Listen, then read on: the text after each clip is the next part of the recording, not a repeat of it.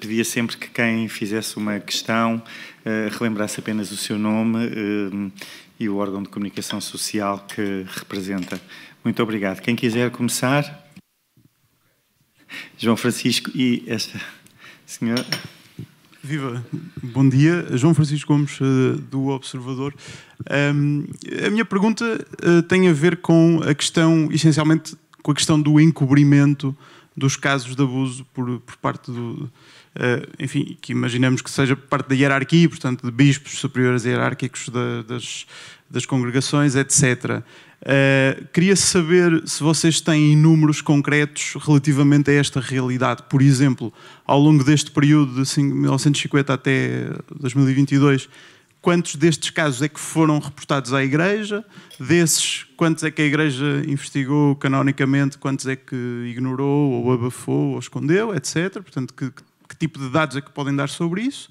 Em segundo lugar, se têm dados concretos sobre a ocultação de casos por parte de bispos portugueses ainda vivos ou ainda no ativo, e no caso de haver casos relacionados com bispos no ativo, quem são esses bispos? Enfim, uma vez que ainda estão no ativo, acho natural que queremos saber quem são eles. Obrigado. Por favor.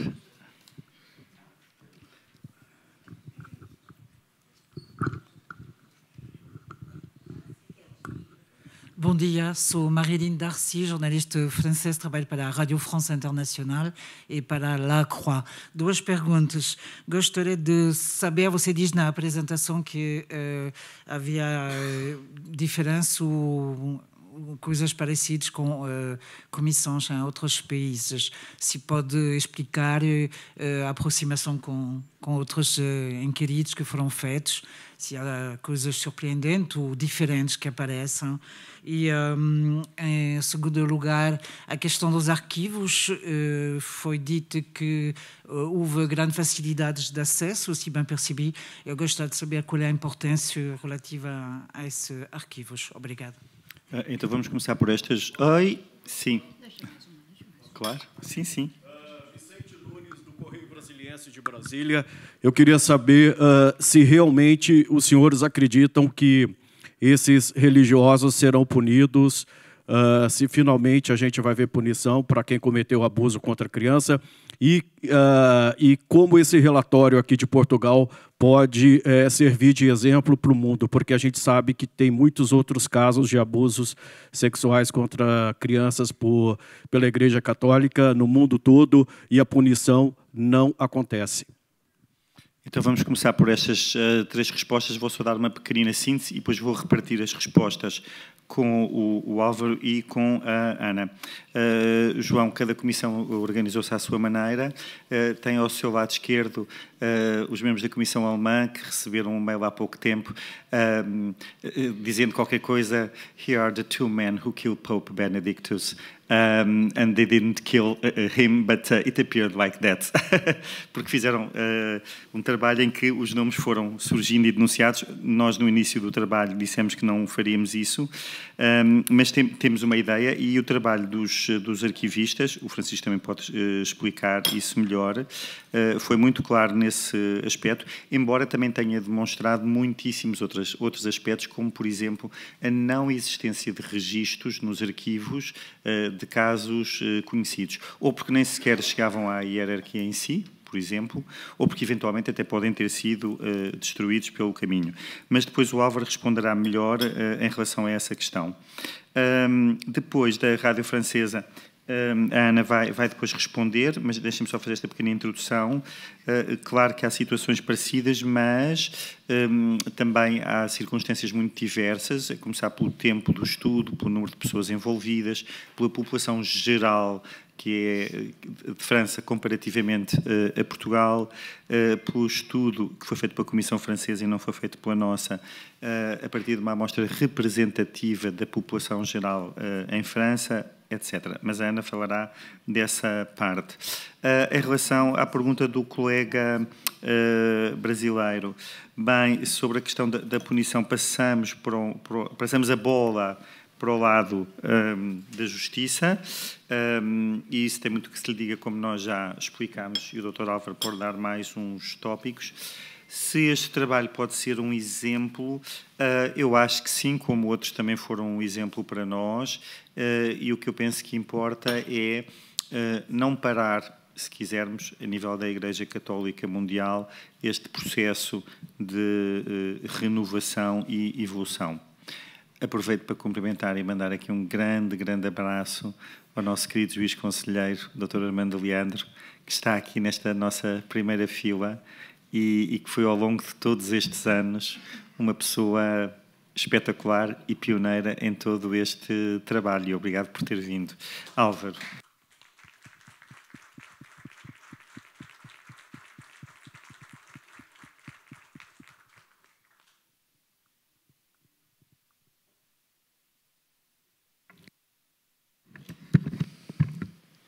Ora bem, portanto, a primeira questão, que vem de João Francisco Gomes, que eu tive o gosto de conhecer no âmbito deste nosso trabalho e que, pela sua investigação e pelo trabalho que já fez, também de alguma forma foi inspirador para nós.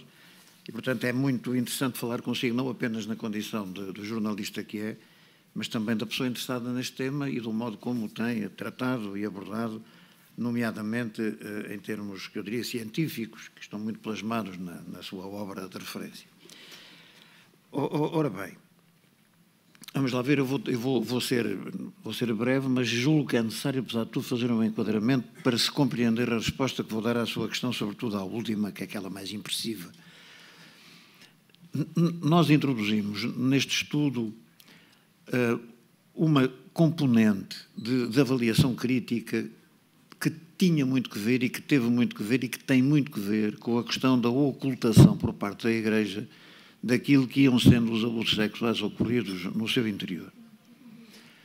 E essa questão está, aliás, plasmada no relatório e depois vai ter a ocasião de ver, quando ler a parte original do relatório, ela está lá claramente tratada naquilo que foi a nossa perspectiva. E a nossa perspectiva é claramente esta. Houve, durante este período que vai de 1950 até aos nossos dias, houve inequivocamente abusos sexuais por parte de membros da Igreja Católica Portuguesa, primeiro ponto. Segundo ponto, claro, também, houve evidentemente a ocultação desses abusos sexuais por parte da Igreja Católica Portuguesa. Foi exatamente isso que me levou, na conferência de imprensa anterior, a dizer que uma coisa são os abusos sexuais ocorridos na Igreja, outra coisa seriam esses abusos sexuais se continuassem a partir de agora a ser ocultados, visto que então nessa altura a Igreja tomá-los-ia como seu, fariam deles abusos de si própria, o que nós temos esperança que não seja o caso. E, portanto, aquilo que nós entendemos como sendo verdadeiramente útil neste relatório é, por um lado, dizer claro que houve abusos sexuais e houve ocultação. E, ao mesmo tempo, encontrar argumentos que sejam argumentos consolidados que nos permitam acreditar que se iniciou um caminho de desocultação, caminho que a Igreja ela própria se propõe também a fazê-lo. O principal argumento para justificar esta nossa crença é o facto de nós estarmos aqui nomeados exatamente pela Igreja Católica e, portanto, com o reconhecimento da Igreja e com a independência e com a isenção que ela nos permitiu ter ao longo de todo este trabalho. Ora, uma das questões que nós colocamos é esta. A partir do momento em que eu isolar 1, 2, 6, quando digo 6 é um número tribiliário, não. Mas a partir do momento em que eu isolo alguns bispos como sendo paradigmáticos da ocultação, eu posso estar a retirar peso à globalidade da ocultação por parte da Igreja. O que me interessa não é saber em concreto quem foi o elemento da Igreja que protagonizou a ocultação. O que me interessa é saber se a Igreja ocultou ou não, porque a partir desse momento, quem em concreto ocultou não faz outra coisa senão protagonizar aquilo que é a atitude global da própria Igreja. E, portanto, nós preferimos que as pessoas não vão correr atrás de uma meia dúzia de ocultadores e que, pelo contrário, dirijam o seu discurso crítico para a atitude da Igreja enquanto atitude cultural que conduziu a essa ocultação. Em segundo lugar, é bom nós termos também a consciência de que, quando nós falamos desta ocultação, nós estamos a falar de um tempo em que a ocultação era generalizada. E mais do que isto, a ocultação tinha um respaldo na própria lei. Porque quando a lei diz, até 2007, que mesmo estes casos de abusos sexuais de crianças tinham uma correspondência no direito criminal através de crimes que eram semipúblicos e que, portanto, apenas poderiam ser investigados se houvesse denúncia da vítima ou dos seus representantes, como sabe, a argumentação que era aduzida era no sentido de que há aqui um conflito de interesses, o interesse em que se puna o delinquente, mas ao mesmo tempo também o interesse em que se respeite o direito da vítima a não ver devassada a sua vida privada e a sua vida pessoal. Nós tínhamos a própria lei a dizer não há que metermos-nos nisto, isto fica ao encargo da própria vítima, o que levaria à questão de saber, isso sim, se houve casos em que a vítima ela própria manifestou, nomeadamente a um eclesiástico, o desejo de que houvesse participação criminal, e ele não o fez. Aí eu não quero mentir, mas julgo que este perfil não está avaliado, nomeadamente entre nós. Há queixas realmente para dentro da Igreja, mas não necessariamente com esta vocação de transmissão depois ao Ministério Público para a respectiva investigação. E, portanto, nós estamos aqui num campo em que nos parece que, numa projeção desta questão para o futuro, o fundamental é deixar muito claro que houve uma cultura de ocultação.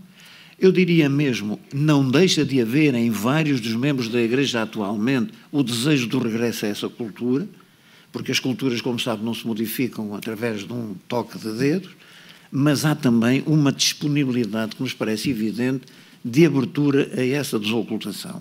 Eu julgo que é aí que nós temos que investir. Em vez de fazer sangue relativamente a aspectos que não têm a ver com a área criminal propriamente dita, mas apenas com aquilo que seria uma censura ética, moral, porque se fosse crime então não, como é evidente, o que é importante é voltarmos para a frente para um processo mais aberto e mais alargado de resposta, tendo em conta os objetivos que estão aqui a desenvolver. Neste ponto de vista, eu julgo que nós podemos colocar a questão, então sim, como eu digo, e depois vai ver também que no relatório que está suficientemente desenvolvida, que é agora a do dever de denúncia. Essa é que é agora a questão, porque agora já estamos a entrar num campo de natureza jurídica. Eu sei, e isto está escrito no relatório, é discutível se o eclesiástico, pelo simples facto de o ser, tem juridicamente, do ponto de vista da lei civil, o dever de denunciar. Eu diria mesmo que, partindo da natureza da condição de eclesiástico e daí concluir imediatamente o dever jurídico de denunciar, julgo que é ir longe demais, tendo em conta aquilo que é a conformação jurídica atual e aquilo que a lei define como sendo funcionário, que é justamente aquele a quem a lei impõe o dever de denunciar. Agora entendo que, quer por força das determinações internas da própria Igreja, que determina hoje esse dever de denunciar, quer por força da natureza pública do crime, que transforma, já não agora no tal respeito pelo interesse da vítima, mas agora é o respeito pelo interesse do Estado, eu creio que esse dever é absolutamente inequívoco.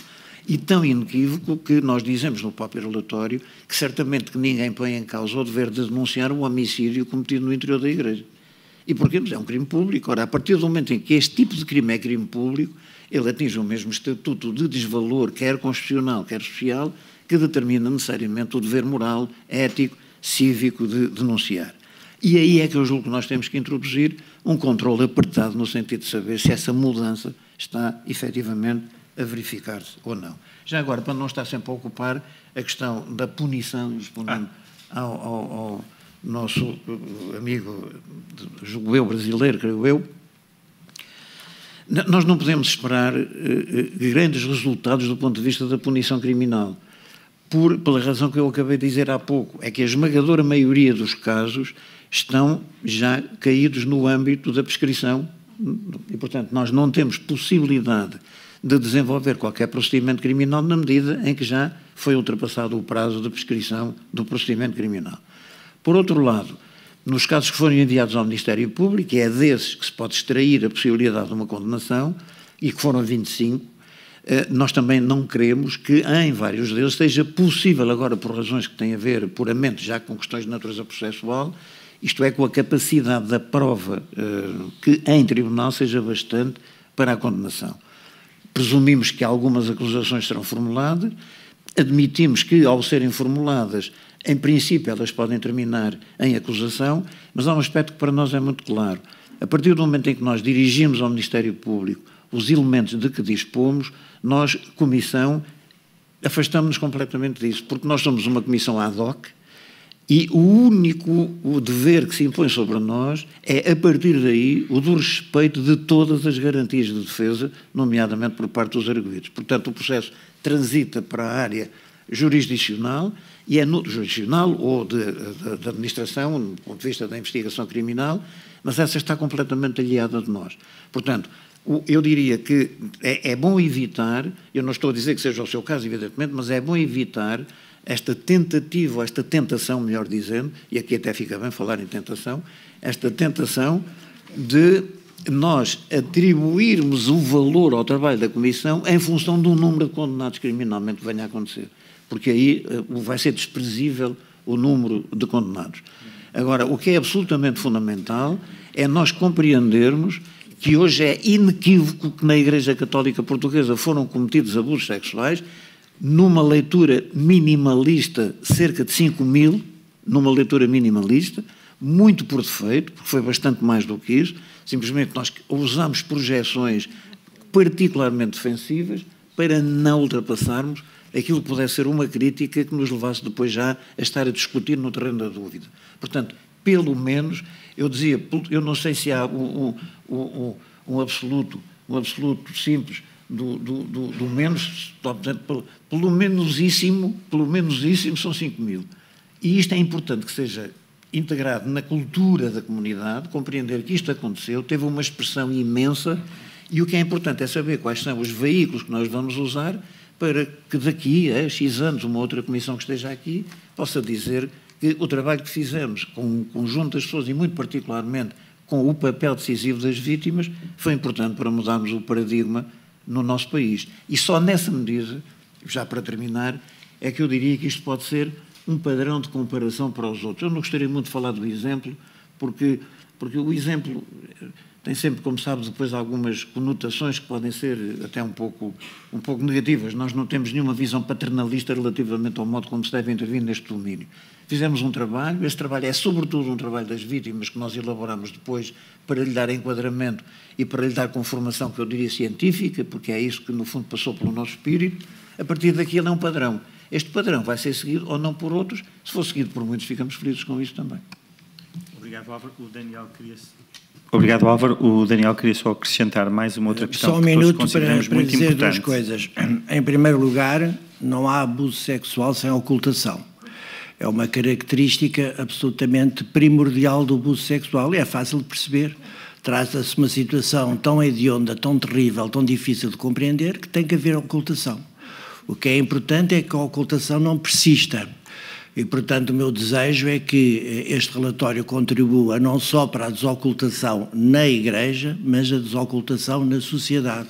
Como tiveram a ocasião de ver aquilo que eu projetei, trata-se de uma situação muito frequente, particularmente em relação às raparigas. Portanto, nós temos que continuar, e isso é um apelo que eu faço aos jornalistas, para continuarem este tema, a tratar este tema a partir do nosso relatório e de outras investigações que possam fazer, para desocultarmos na sociedade na medida do possível. Seria um ponto de partida muito importante a partir deste relatório.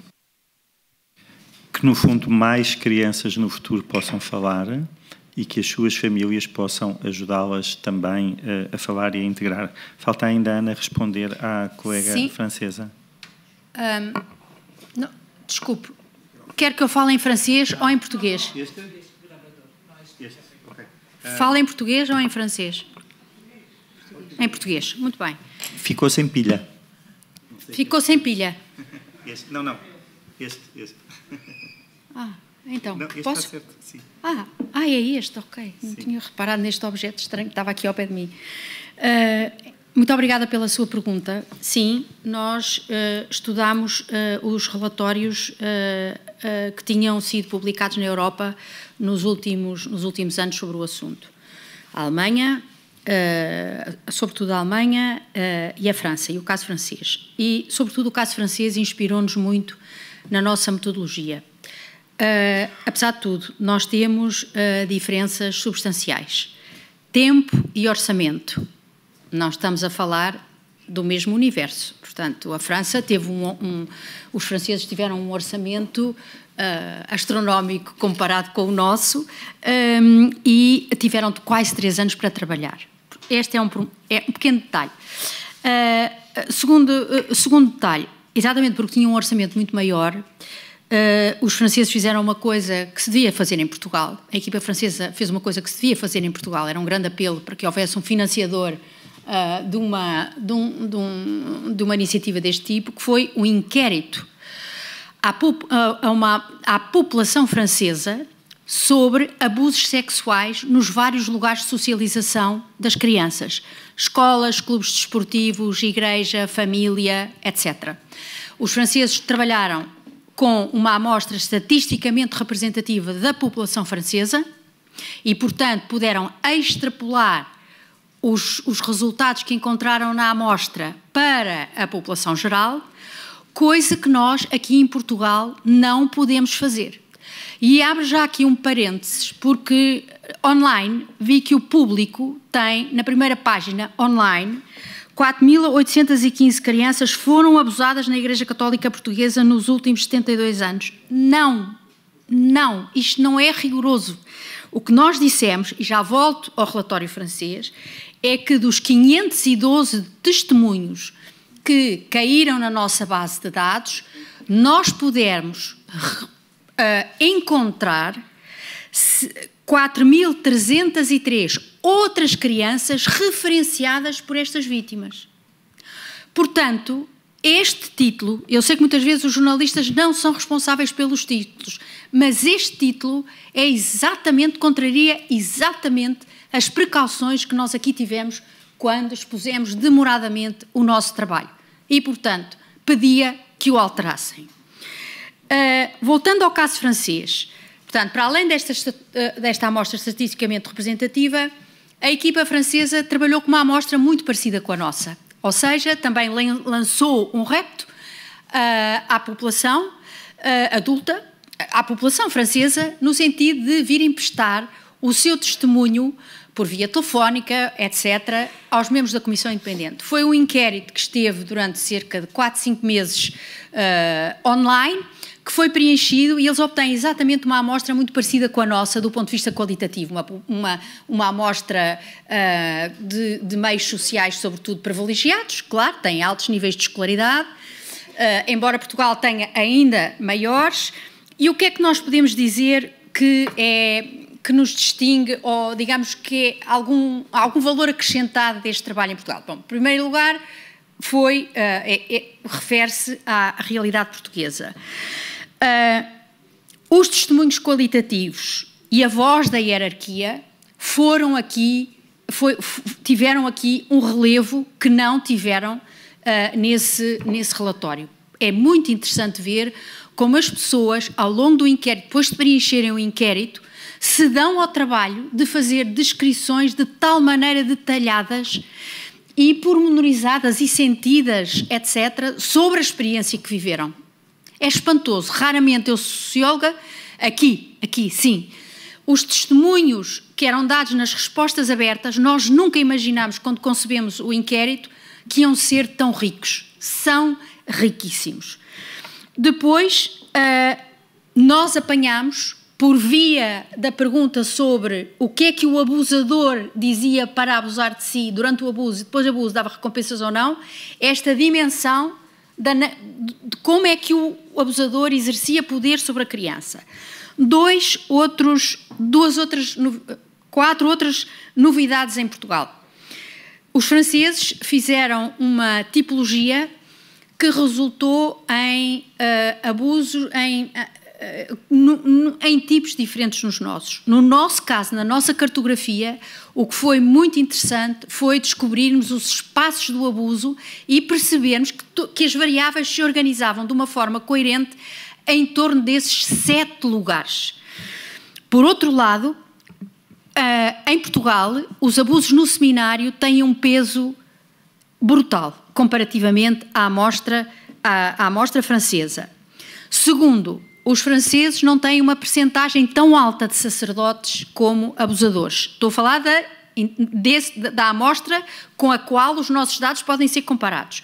Não têm esta percentagem tão alta de sacerdotes e não têm também uma percentagem tão alta de mulheres a responder ao inquérito. Ora, nós podemos interpretar isto de duas maneiras. Em França, as mulheres eram menos abusadas em criança do que em Portugal, o que para mim não colhe.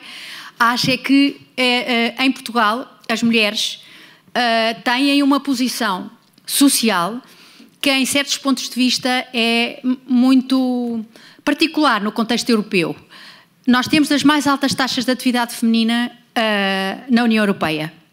E temos taxas de atividade feminina, sobretudo nas mulheres em idade de maternidade ativa.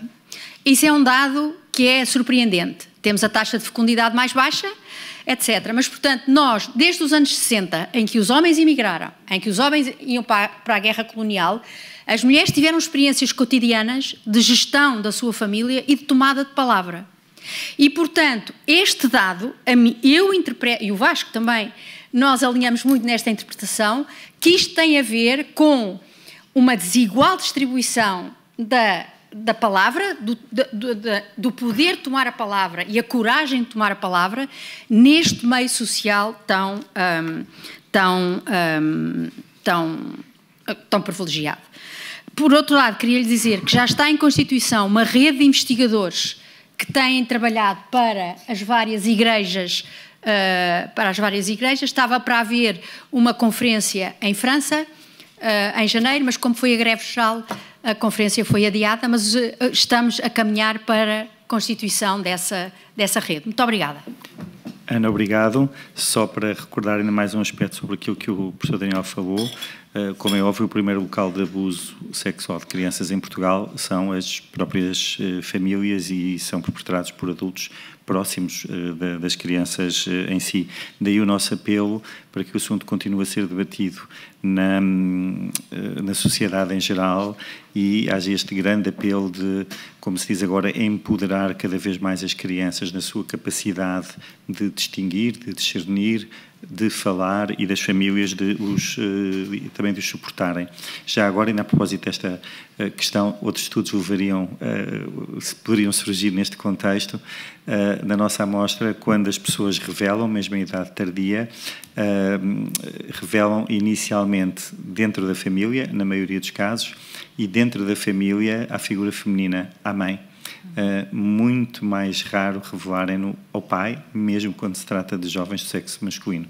Já havia inscrições para mais 3 perguntas. O António Marujo, como vamos fazer? Vamos juntar várias, sem dúvida. Não esqueçam o António, que já há bocadinho também tinha feito sinal, certo? Mal eu acabei de falar, e juntamos, sim. Okay. Posso começar então? Eu gostava de vos perguntar se, na vossa opinião, deve haver lugar... Diga-nos só... Natália Faria, do Jornal Público. Claro. Foi dado o recado. Ouvi. Obrigada. Já o transmiti. A minha primeira questão é se deve, na vossa opinião, haver lugar ao pagamento de indemnizações às vítimas, quer por esta questão ter sido reclamada durante as entrevistas que foram sendo feitas, quer por entenderem que se trata de um imperativo moral da Igreja, digamos assim. Gostava também de vos perguntar, e a partir de uma declaração do Dr. Daniel Sampaio, se entendem que a Igreja deve garantir alguma espécie de acompanhamento psicoterapêutico das vítimas, que me parece ter sido uma das necessidades constatadas por vós. E gostava de clarificar também uma questão sobre a qual me ficaram algumas dúvidas, que tem que ver com a Comissão vai cessar funções? Há já algum entendimento estabelecido relativamente à forma como o trabalho deve ser continuado, atendendo também a que de 2019 até esta parte, as comissões diocesanas criadas para recolher este tipo de denúncias e fazer este trabalho de proteção das vítimas recepcionaram apenas 28 denúncias, segundo creio, o que parece manifestamente pouco e pode indiciar alguma persistência de alguma desconfiança em relação à Igreja nesta matéria. Vamos juntar mais perguntas. Está a Teresa, está... Sim, quem tem o microfone... Posso então fazer a pergunta? Não sei se estava alguém primeiro, mas pronto, já que tenho o microfone. Joaquim Franco, CNN Portugal e TVI, eu gostava de saber se, terminado este trabalho, que na prática foi mais ou menos um ano, até foi menos de um ano, não é? A prática do trabalho foi de menos de um ano, se entenderam que foi tempo suficiente para chegarem às conclusões que entendem que deviam chegar, ou se foi o tempo possível. Isto relaciona esta pergunta, obviamente, com a pergunta que a minha colega fez antes sobre a continuidade ou não agora do desenvolvimento deste trabalho por parte da Comissão. Outra pergunta, o que é que a Comissão Independente vai dizer, em particular ao Episcopado Português, que não seja, não estou a pedir especificamente, não é? Que não seja do domínio público, não possa ser do domínio público. Que natureza de informações é que vão transmitir aos bispos que não possam ser do domínio público? Só queremos saber, só estou a perguntar pela natureza das informações que vão ser dadas. E depois, ficou claro na apresentação que muito do problema que nós temos na frente resulta também de um problema de abuso de poder.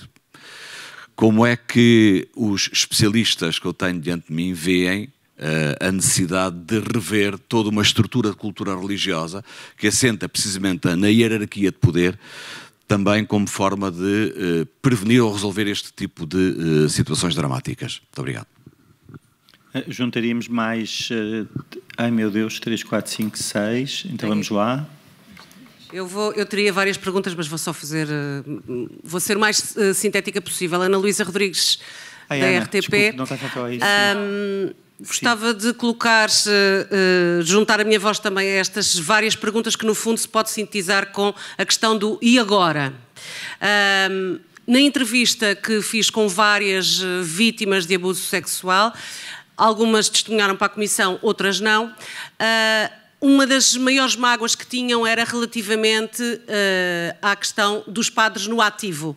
Ou seja, gente que ainda está no ativo e que, por um lado, continua no ativo e depois, por outro lado, continua na possibilidade de continuar a abusar, porque, e os estudos científicos que a própria Comissão também fala, aponta para uma grande continuidade dos abusos ao longo da vida de cada abusador. E desse ponto de vista, e não querendo colocar a pergunta do ponto de vista do fazer o sangue, de fazer sangue, de punir os agressores, não é de todo esse o meu ponto de vista, mas também o que pergunto é, relativamente à punição e à questão dos padres no ativo, o que é que a Comissão defende que deve ser feito, ou que a hierarquia da Igreja deve fazer, sendo também que o facto de passarem por isto, ok, houve ocultação, os bispos ocultaram, já se percebeu que houve ocultação e houve abusos, mas não se faz nada a partir daí, causa também nas vítimas um grande sentimento de injustiça. E, portanto, desse ponto de vista, é o que eu gostava, era a pergunta em que eu gosto de me centrar, é a questão de... E os padres no ativo? Sim, sim, sim. Obrigado, Ana Luísa. Se calhar juntamos mais duas. Ai, meu Deus, 3 estão aqui. Ana, tens aqui à frente, mas tens atrás. Posso? O António Marujo também. E está o António Marujo, que não esquecer da outra ponta, vá. Bom...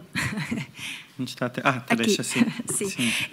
Boa tarde, peço desculpas polo meu portugués, mas, bueno, eu son Teresa Constenla, son correspondente do jornal El País en Portugal.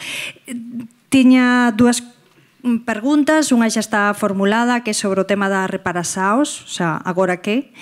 E a outra cuestión que me chamou a atención é sobre a idade media das vítimas, que o Pedro destacou como a máis baixa do que noutros países europeos, e eu gostaba de saber por que axan que isto acontece? Por que a idade media en Portugal é máis baixa? Hai unha sensación de impunidade que dura moito máis tempo que nos outros países?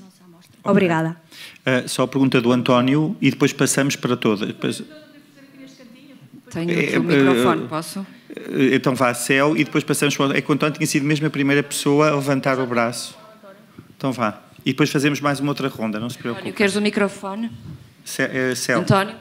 Eu peço desculpa, nós às vezes temos um bocadinho... Nós conhecemos muitos de vós, como estávamos a dizer, mas com estas luzes de frente não é fácil, por vezes. Céu, diga. Pronto, em relação à primeira questão, já foi feita pela Ana, que era no sentido do que é que a Igreja deve fazer já em relação aos padres que estão no ativo.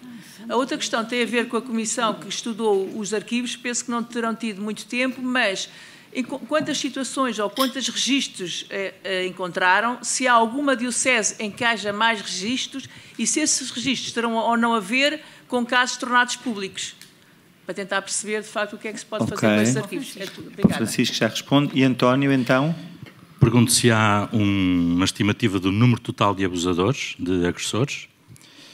Em segundo lugar, pergunto se, do ponto de vista da Comissão, há responsabilidades institucionais e uma dimensão sistémica, de alguma forma, que decorre deste estudo. Em relação às sugestões, pergunto se achariam importante dar uma sugestão ao Papa no sentido de que em todo o lado onde estudos como este ainda não foram feitos, que o sejam. Há muitos países e realidades onde ainda isso não aconteceu, portanto, pergunto se, até aproveitando o facto de o Padre Zollner ter cá estado, se achariam importante dar essa sugestão ao Papa. E no capítulo das sugestões acrescento àquelas que já foram ditas. A dada altura o Pedro falava há uns meses da importância do memorial e de um pedido de perdão às vítimas.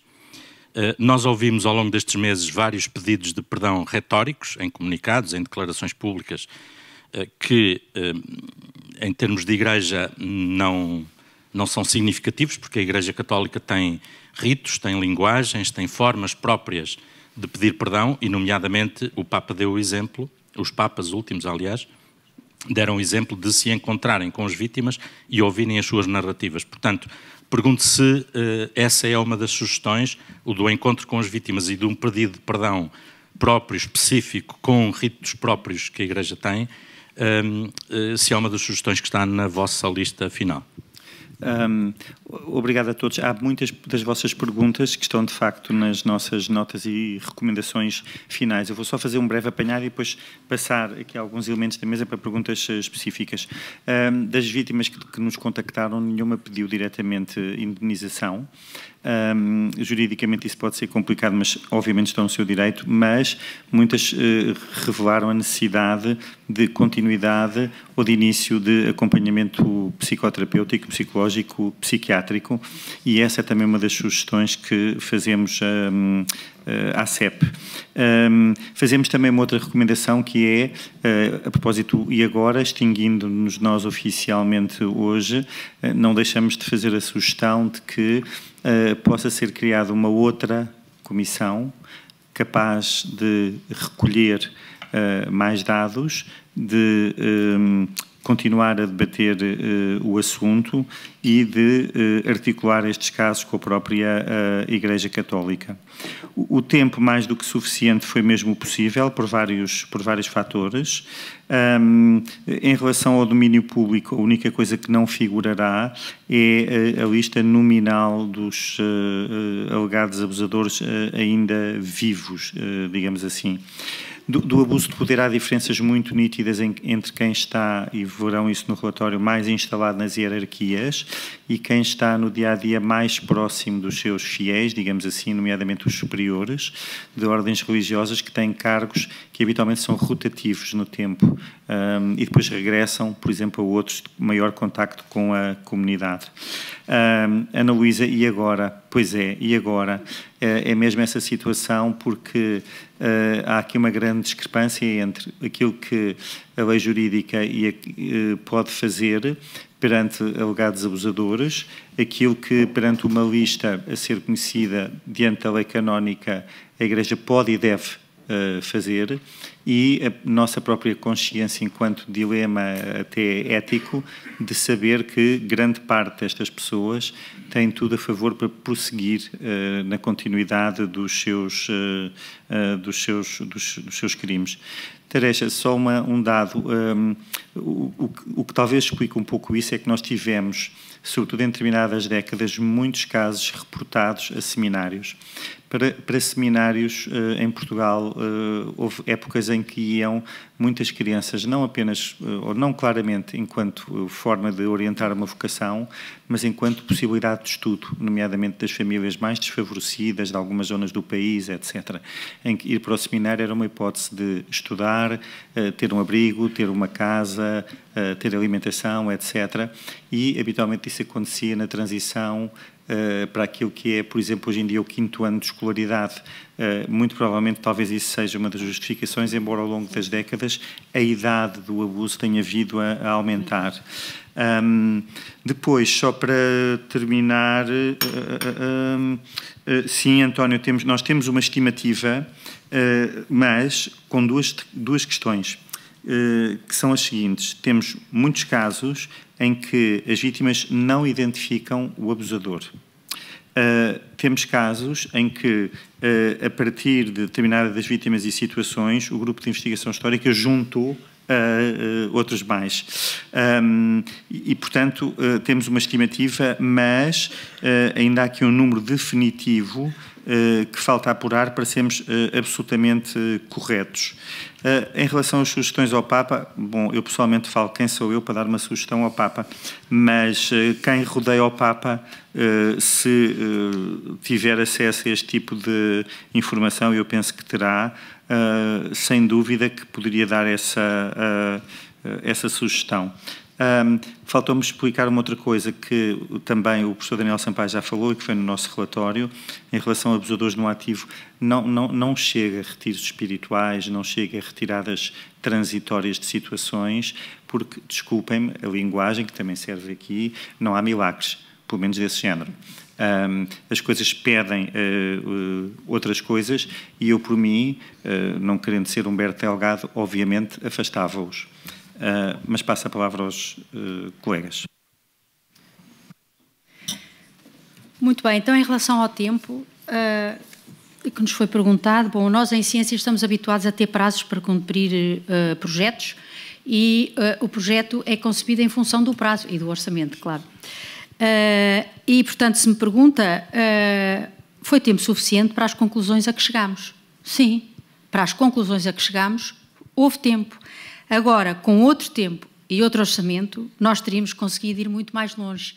E, sobretudo ali, a equipa dos historiadores, uma vez que demorou tanto tempo a vir à autorização final da abertura dos arquivos, portanto, eles estão a trabalhar desde realmente entraram nos arquivos em outubro, eles teriam, ter um prazo mais alargado, teria trazido um enriquecimento enorme para todos. Portanto, eles no nosso relatório têm 20 casos descritos, com todo o detalhe. Eles têm muito mais casos que recolheram e transcreveram, mas, por falta de tempo, não o tiveram. Relativamente a recados ao Papa, realmente, o Papa já tem dado muitos recados. E quem somos nós para fazer recomendações ao Papa? Mas eu, de qualquer das maneiras, faria aos bispos e aos sacerdotes portugueses que tomassem a palavra para falar deste problema. Durante o trabalho de campo, houve muito poucos bispos ou sacerdotes que nas suas, por exemplo, na missa ou nas suas atividades pastorais, alertassem para este problema e fizessem um apelo ao testemunho. E esta atitude típica de considerar que é qualquer coisa de estranho tem vindo, na última semana, veio a lume com declarações com as quais eu fiquei absolutamente chocada, que era o diretor da, não sei como é que se diz o título, mas enfim, a pessoa responsável pela pastoral juvenil das Jornadas Mundiais da Juventude dizer: ai, os resultados do relatório sobre abusos sexuais contra crianças não vão afetar com certeza as Jornadas Mundiais da Juventude. Ora, há ou não melhor lugar para trazer este problema do que as Jornadas Mundiais de Juventude? Isto, para mim, é um sinal do alinhamento e do considerar que esta questão, que é uma questão absolutamente central na Igreja, e a Igreja aqui foi pioneira, não tem que ter vergonha, pode orgulhar-se de ter encomendado este trabalho e dar a liberdade que nos deu para investigar e para conceber tudo à nossa maneira. Pois bem, a Igreja podia integrar este discurso nas Jornadas Mundiais da Juventude. Eu fez-me muita, confesso, muita impressão ver este. Não, isto não vai afetar. Como não vai afetar? Daniel, queria acrescentar mais uma parte. Em relação à pergunta da Natália Faria, que julgo que ainda não foi completamente respondida, o que nós propomos nas recomendações é que a Igreja assuma o tratamento psiquiátrico e psicológico das vítimas atuais e providencie para que no futuro elas possam ser tratadas. Propomos articulação com o Serviço Nacional de Saúde. Há um serviço de psiquiatria em cada distrito, que, na nossa opinião, deve ser o responsável pelo atendimento urgente através de protocolos em relação a estas situações. Também dizer que, em termos do futuro, deve-se organizar o atendimento e, já agora, aproveito para dizer que o impacto do dia de hoje pode haver impacto sobre as vítimas, porque nós, quando estamos a falar destas situações e quando estamos a revelar testemunhos, a vítima sente-se reconhecida naquilo que nós estamos a dizer, apesar de estar anónima, mas a vítima sente-se reconhecida. Seria bom que a comunicação social fizesse um apelo no sentido de, se as pessoas tiverem mais ansiedade ou sintomas depressivos, se dirigissem ao técnico respectivo que a está a acompanhar. No caso não haver acompanhamento, se dirijam à urgência de psiquiatria mais próxima da sua residência.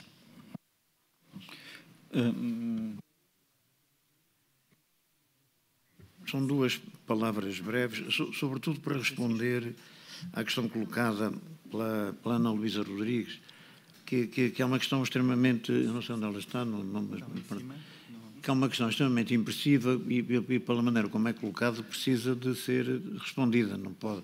Que é, e agora, e eu este e agora, é um e agora no sentido de saber o que é que se faz, qual é o resultado de tudo isto.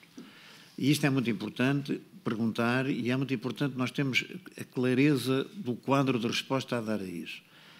Evidentemente, como sabe, mas isto nem vale a pena, porque sabe isso bem, não é a Comissão que vai ter que responder ao e agora, porque desde logo que não tem competência, e há um aspecto que é muito importante, eu refiro isso várias vezes, mas é bom que isto seja interiorizado. A Comissão é uma comissão ad hoc, não tem uma matriz institucional e, portanto, ela própria não tem um poder que vá além do mandato que lhe foi dado pela própria Igreja. E mal seria agora que nós, como Comissão, ou ainda por cima como ex-Comissão, que é uma coisa que em Portugal, como sabe, tem muito peso, que é o ex-isto e o ex-aquilo, nós agora começamos como ex-Comissão a dizer coisas que passam um pouco pela cabeça de cada um de nós. Agora, não podemos ficar estranhos ao que for acontecer.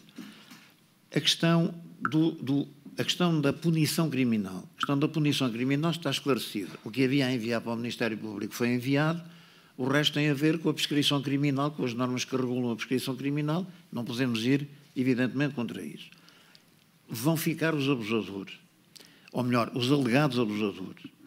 Ao ficarem os alegados abusadores, o que nós temos que fazer, e é isso que vamos trabalhar ainda, daí que a Comissão fique, em gestão, para ainda proceder administrativamente a alguns aspectos que têm que ficar concluídos, ao enviarmos a lista de abusadores, sobretudo à Igreja e, portanto, à Conferência Episcopal Portuguesa, nós não enviamos apenas para eles meterem no arquivo da documentação. Esperamos. Esperamos.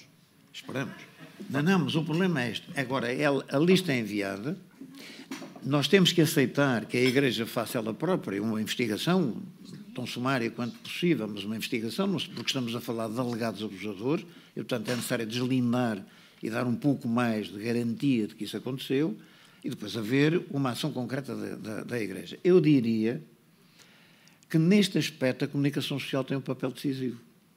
Isto é, a comunicação social vai ficar no meio entre a comissão que enviou para a Igreja e aquilo que venha a ser a resposta da Igreja.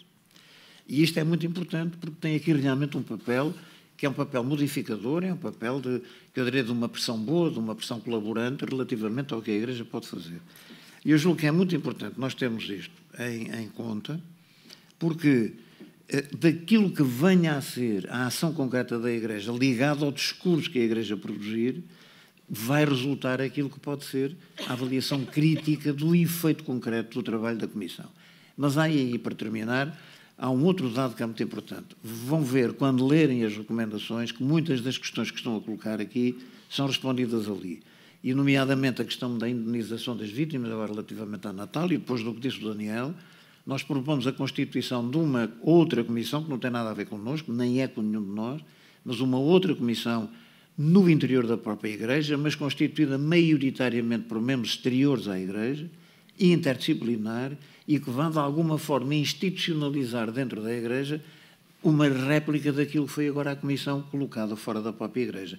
E que receba queixas, desenvolva para com as comissões diocesanas a distribuição necessária, que proponha indenizações, que proponha ações a exercer junto dos eclesiásticos que eventualmente venham a ser censurados, etc. Isto é, se não houver uma permanência no interior da Igreja, marcada pela maioria externa, embora a Comissão pertença à própria Igreja, isto vai-se desboroando no tempo e podemos voltar a uma situação semelhante àquela que temos.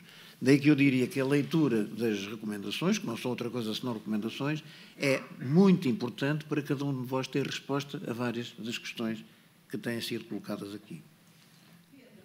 O Daniel queria só dizer mais uma coisa. Não, Francisco? Mas já agora, só ainda uma coisa, que eu me esqueci de responder ao António, que era a questão da materialização do pedido de perdão. Exatamente, que isso é muito importante, porque duas ou três coisas. Vão ver no nosso relatório que a maior parte das pessoas vítimas que nos contactaram, no fundo, acha que não há reparação possível em relação àquilo porque passaram no seu passado, ou na sua história de vida. Contudo, a grande maioria espera um pedido de desculpa ou um pedido de perdão do abusador em si ou da instituição como um todo. Bem, do abusador em si nós sabemos que nunca virá, porque sabemos que, do ponto de vista psicopatológico, são raríssimos os casos em que os abusadores reconhecem que alguma vez tiveram esse papel. Da Igreja em si, pode e deve vir, e nós insistimos na materialização deste pedido de desculpa para que ele não se extinga apenas com breves palavras ou com palavras avulso, mas que possa perdurar através de uma forma simbólica, simples, transparente. Não é preciso 5 milhões para um memorial, nem menos 30%, mas qualquer coisa que perdure. Sabem que sobre isso foi feita uma proposta à CEP, a CEP ficou de analisá-la e ou propor uma outra melhor. Já agora peço desculpa, porque há também, relativamente ao António Marujo, a questão da responsabilidade institucional, da dimensão sistémica. Em matéria da responsabilidade institucional, ela está também prevista na própria proposta de recomendação da Comissão, no sentido de haver uma hipótese de intervenção a responder à responsabilidade que cabe sobre a Igreja, independentemente de haver a avaliação concreta de saber quem foi o abusador e em que circunstâncias se verificou o efeito negativo para a vítima. A dimensão sistémica, eu chamei-lhe cultural há pouco, que é uma forma mais soft de dizer sistémico. Eu, apesar de tudo, continuo a dizer cultural, desde que o António Marujo torne a palavra sinónima da questão que colocou. Há aqui uma questão cultural e é necessário que ela seja modificada. Se ela não se modifica, acaba por se transformar em sistémico, e é isso que nós desejamos que, se foi, deixe de ser, ou se não foi, não volta a ser, não venha a ser. Última ronda de perguntas, já estendemos um bocadinho. Doutora Manuel Yanes quer falar um pouco. Agora pedimos a todos que sejam breves. E... Não sei se posso usar a palavra. Bem, posso colocar uma questão? Não está aqui. Ou não? Doutora Manuel, queria dizer qualquer coisa? Posso? Sim. Um bocadinho anárquica esta distribuição de perguntas, uma vez que a doutora Manuel prefere encerrar. Posso fazer uma pergunta? Diga. Posso? Ok. É melhor. Ana, como está um bocadinho anárquico, já não sei quem é primeiro. Não consigo perceber quem atrás de mim já tinha ou não levantado a mão. Eu respeito a ordem. Está bem, mas a doutora Manuela Yanes já tinha feito aqui sinal há um tempinho. Já está aqui há pelo menos 15 minutos. Sim, eu peço desculpa. Eu estou aqui a ver, peço desculpa. Deixa-me só colocar a questão e depois respondo mais à frente. Se me permitisse também colocar a minha questão, vou ser rápida aqui, também. É muito simples. Não se ouve. Eu agora já me perdi, não estou a ouvir nada. Desculpa. Boa tarde, Carolina Reis da SICA. Vou colocar 2 questões muito breves. Já passo o microfone, é só por uma questão prática, senão depois não volta a chegar cá acima. Eu acho que o microfone não está ligado. Tem que aproximar o microfone. Ou ele não está a trabalhar. Penso que está ligado o microfone. Agora sim. Vou ser muito rápida. Aqui outras instituições em Portugal é que comissões deste género deveriam ser aplicadas. Vocês falaram aqui muito de que se continua a falar, até penso que a expressão usada pelo Dr. Pedro Stresch no encerramento é falem.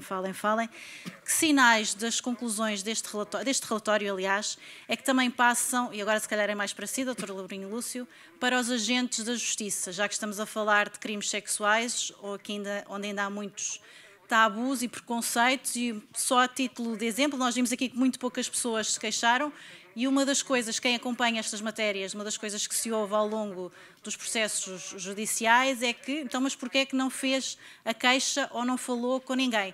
Ou seja, eu gostava de perceber que mensagem é que é passada através deste exemplo para os agentes da justiça. Então vamos registrar mais perguntas. Posso colocar uma pergunta breve também, doutor? Ana Isabel Costa, da Antena 1. É uma pergunta super breve, antes de só um bocadinho, assim está uma baralhada, desculpem. Agora a doutora Manuela Yanes, depois Catarina, queres tu?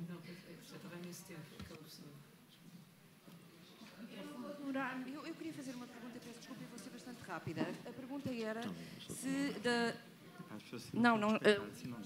Foi desligado. Okay. Já me estão a ouvir, julgo. O que eu queria perguntar era se os dados que recolheram vos permitem afirmar que estes casos de abusos sexuais por parte de elementos da Igreja Católica Portuguesa ficaram remetidos àquele pico de que falaram, ou seja, as décadas entre 60 e 90, ou se perduram ainda hoje e se há características diferentes, porque isso é, julgo eu, importante para a percepção que as pessoas têm de se isto era uma questão cultural que era transversal a toda a sociedade e não apenas à Igreja Católica, ou se, mesmo depois deste crime ter sido tornado público em 2007, estas agressões e ocultações continuaram ou não na Igreja Católica Portuguesa. Era só isto.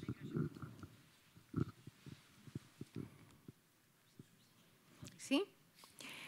Bem, eu peço desculpa de fugir do protocolo, mas acho que quem há 84 anos se dedica a estes problemas, primeiro pode sublinhar realmente a coragem que houve da Igreja Católica em nomear esta comissão.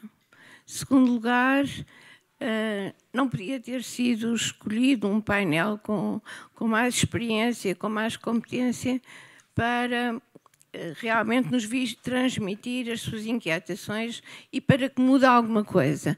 Mas vinha só lembrar que não podemos ficar só por esta comissão em relação à Igreja Católica.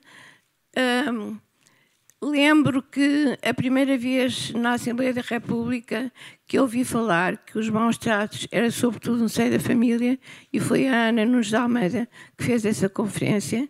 Também queria lembrar que o Instituto de Apoio à Criança, que existe há 40 anos, quando em 1983 falou em crianças maltratadas e abusadas, nem a televisão nem os jornais falavam. E há outro aspecto, e está aqui o Sr. Juiz Leandro, que tem feito tanto pela criança, e tanto no Centro de Estudos Judiciários como depois, que nós temos que pensar que talvez as pessoas não saibam o que é o desenvolvimento infantil, que, como diz o Dr. João dos Santos, o que acontece na infância repercute-se na idade adolescente, na idade adulta, e que neste momento estão a acontecer julgamentos e situações horrorosas, monstruosas, e que continua tudo na mesma, que acho que é mais que urgente, e já há um grupo a trabalhar nisso. Gostaria que se juntassem a nós. E lembro só 2 casos horríveis em que as pessoas, tanto os juízes, sobretudo os juízes, deviam ter ir para a psiquiatria também, porque, sim, e eu vou falar, Ana, eu estou a falar de 2 casos, um deles até fiz um texto para o Jornal Notícias. Primeiro, em Setúbal, um pai abusava da filha de 8 anos.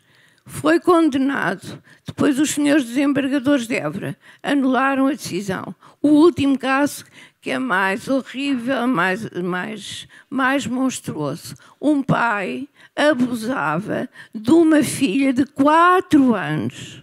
4 anos. Todos nós ouvimos falar nisso. Pois foi julgado, a senhora doutora juíza devia passar por um centro de estudos judiciais, como havia no tempo do Dr. Leandro, e foi absolvido, foi absolvido porque não tinha antecedentes criminais. Acho que temos urgentemente que não assistir impunemente. Tem que haver uma comissão como a vossa, tem que haver várias comissões, mas isto não pode acontecer. Uma criança de 4 anos é abusada, o pai é absolvido porque não tem antecedentes criminais. Já estamos a trabalhar nisso, espero que venham trabalhar connosco. Muito obrigado. Dr. Souto Moura tinha uma pergunta também para fazer, e mais 2 jornalistas lá em cima, 3. Olhem, e depois vamos ter mesmo que terminar, porque... Dr. Souto Moura, desculpe. Muito obrigado. Não sei se está a funcionar. Tá?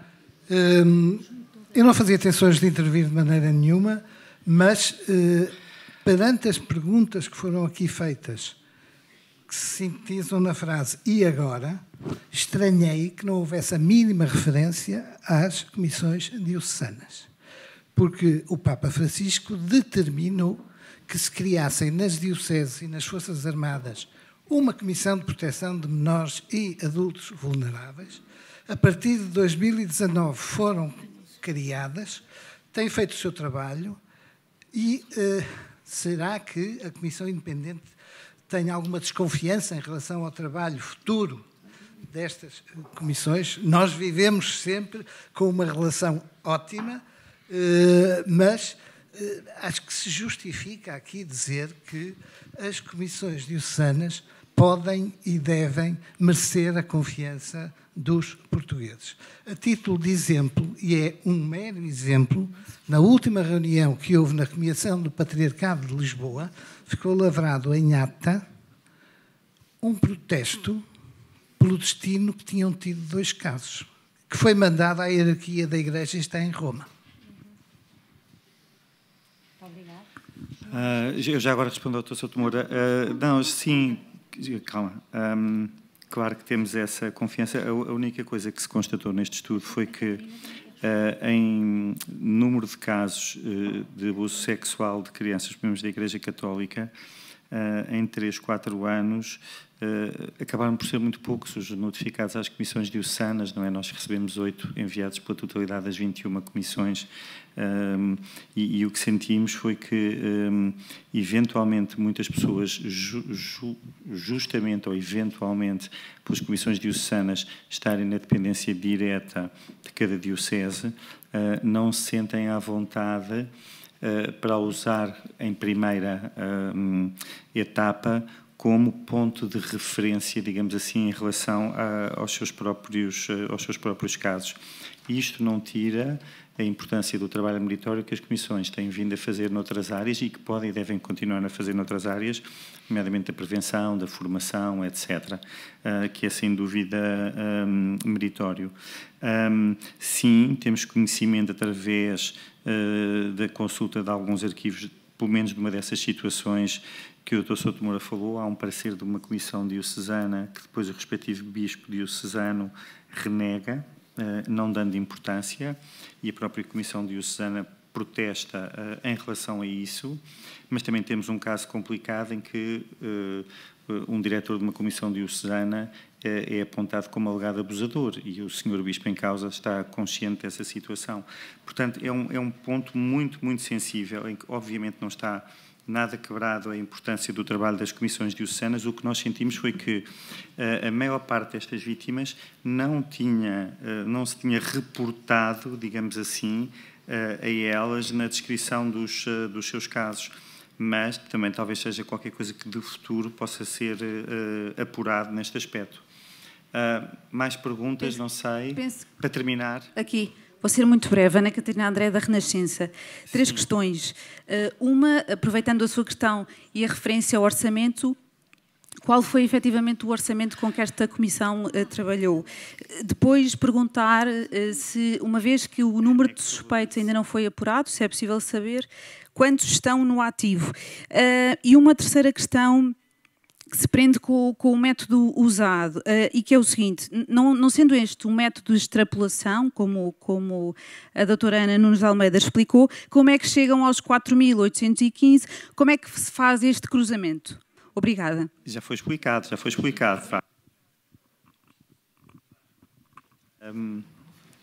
Obrigada. Joana Faustino, do Jornal Sol.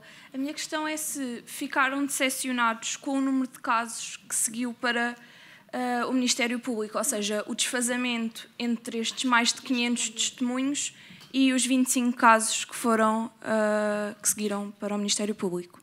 Já respondemos que não. Eu não fiquei decepcionado, Álvaro.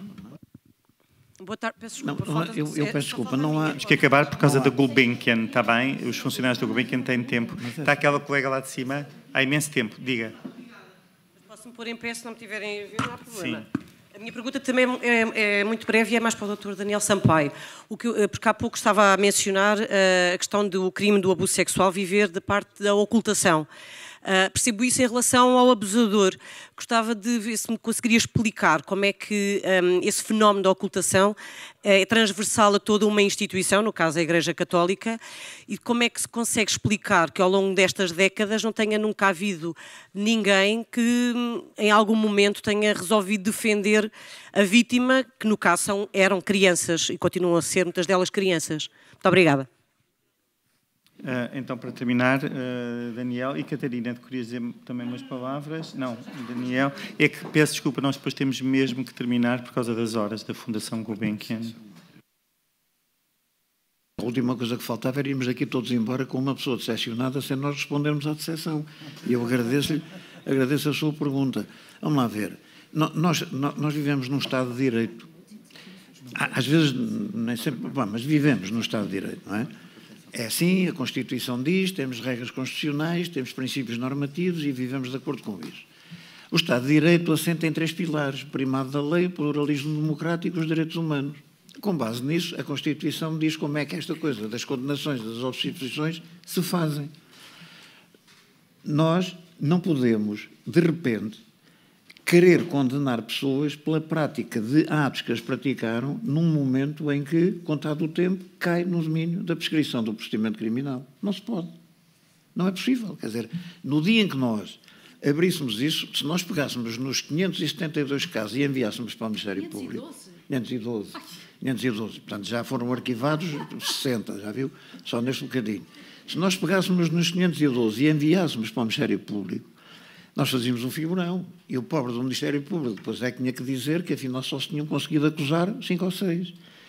Não é assim, mas isto é um problema nosso, não é da Comissão. É um problema nosso, é um problema de cidadania.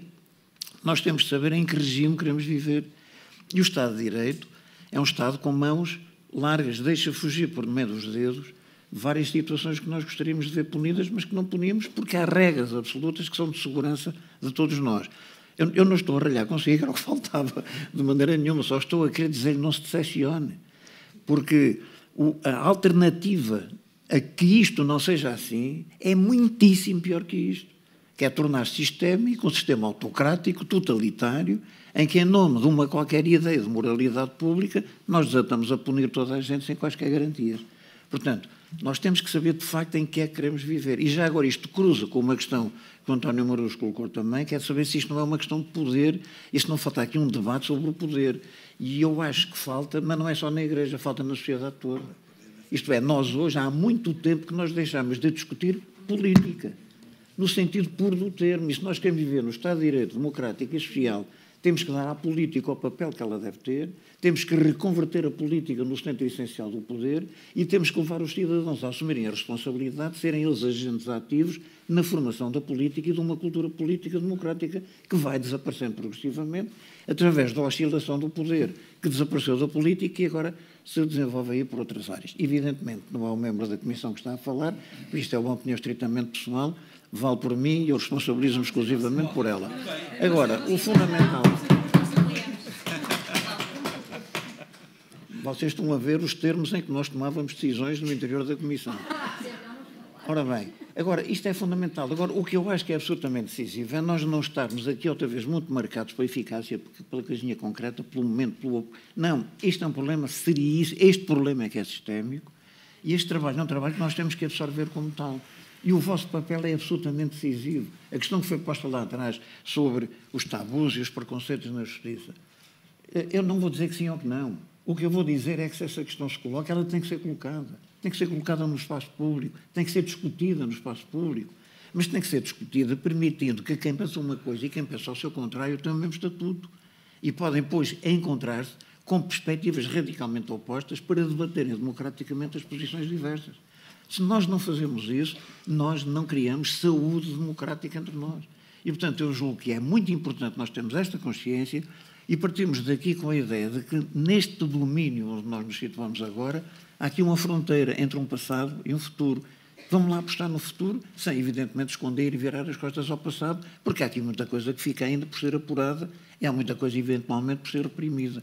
Mas eu julgo que há aqui um lado da afirmação de confiança, de desejo de, e que no fundo tem como centro nevrálgico no qual nós todos nos podemos encontrar, que é o quê? Há vítimas. E nós trabalhamos, sabemos o sofrimento dessas vítimas. Pois é a partir delas que nós temos que partir para não deixar que depois, a certa altura, elas se vão diluindo na falta de poder que tenham e depois se instala outra vez um período de calmaria, de tranquilidade, em que nada acontece. Espero que já não esteja tão decepcionado, apesar de tudo. E temos, segundo aquilo que disse o Dr. Álvaro, presentes aqui na nossa distinta Assembleia, 2 anteriores Procuradores-Gerais da República que desempenharam brilhantemente esse papel. O meu querido amigo Dr. Souto Moura, com quem compartilhámos tempos tão difíceis, e a nossa querida doutora Joana Marques Vidal, que é sempre uma referência em qualquer destas áreas. Nós temos mesmo que terminar. Queria só rematar, não podemos mesmo, as horas da Gulbenkian não permitem, e só queria terminar dizendo que fizemos o melhor que soubemos, com muito esforço e dedicação, e que foi um trabalho difícil e que, sobretudo, de nenhum de nós e da nossa memória interior se apagam as vozes daqueles que conhecemos e também as caras, os nomes daqueles que diretamente conhecemos enquanto vítimas. Fica um longo caminho à nossa frente, foi uma pequena porta que se abriu, mas há muitos outros caminhos para percorrer e que estejamos todos juntos é o que mais importa, mesmo às vezes pensando de forma diferente, mas que estejamos todos juntos nesta área. Muito obrigado a todos pela vossa presença. Até breve, até sempre.